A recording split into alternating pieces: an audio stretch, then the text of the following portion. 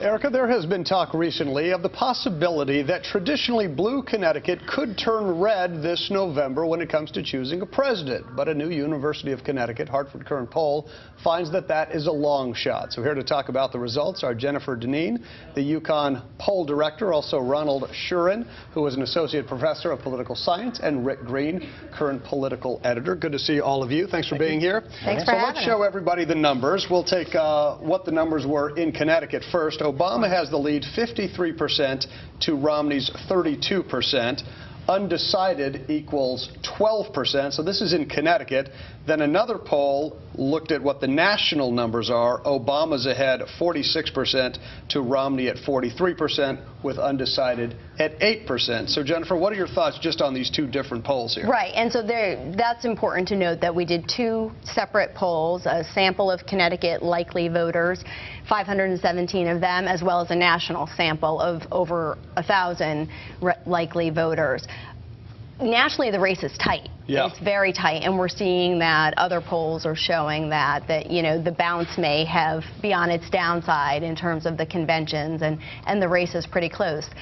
It looks like the president could do very well in Connecticut again. He did well, he was well into the double digits in the 20% range last time around, and it looks like Connecticut may be going the same way this time. Ronald, what also I thought was interesting that in Fairfield County and in Litchfield County, where you might get some more Republicans there, Obama is leading by 7 points in that area of the state. And he did well there 4 years ago. For the Democrats, they breathe a huge sigh of relief with these Connecticut numbers. This is not just a must-win state for the Democrats. This is a must-not-have-to-care about it state. If they found, Obama was just ahead in single digits in a recent poll, and if the Democrats had found that it was close here, time spent by Barack Obama, Michelle Obama, Joe Biden here is time not spent in Ohio, Florida, Virginia, North Carolina. So these numbers are very, very happy numbers for them. So talk about how crucial those swing states are and how crucial the undecided voters are. The swing states are, of course, vital. There are about 250 electoral votes that are represented by the solidly Democratic states, and I now put Connecticut in that number. Obama needs to get to 270 in order to win, and he's got to carry several states where he's doing well now.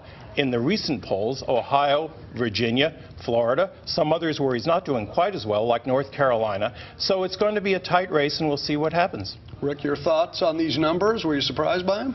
A little surprised to see the margin. I think the real message here is what a steep climb Linda McMahon has, because if Obama has a lot of coattails here in Connecticut, he's going to pull up Chris Murphy. And you saw her responding to the Romney secret videotape so quickly, denouncing it because she sees what's happening with Republican support. She doesn't want to appear like she's aligned with the National Republican Party. If she has any hope in Connecticut, she's got to get moderates and Democrats. Interesting how the presidential race can impact the Senate race here in Connecticut. Yeah, one thing I'll say for Connecticut voters is they have been known to split their ticket.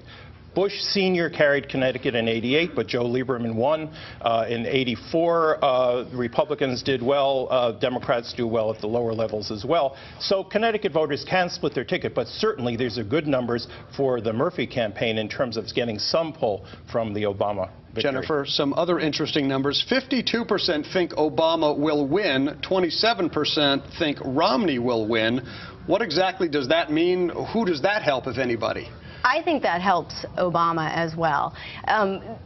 History has shown us that question can be a good predictor of Election Day outcome.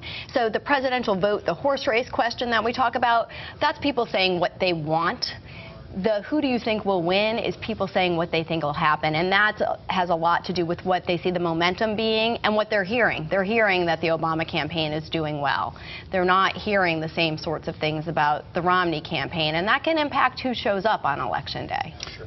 Rick, let me get your thought, because Romney, we recently had these comments, him saying that 47% of Americans are victims. They rely on the government handouts to kind of get by. And then, of course, you have the President Obama comments that were taken years and years ago where he believes in redistribution. What do those statements mean for them going forward?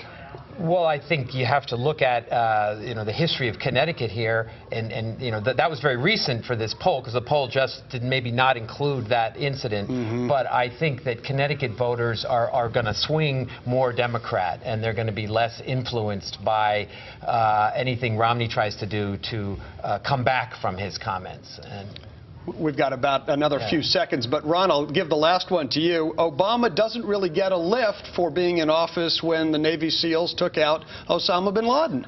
That surprised me. But I think that certainly overall, the image of him being in charge and effective in foreign policy has been helpful to him. Romney's latest gaffes have not been helpful to him. Ronald Chilton, Jennifer Deenan, Rick Green, thank you all. Appreciate it.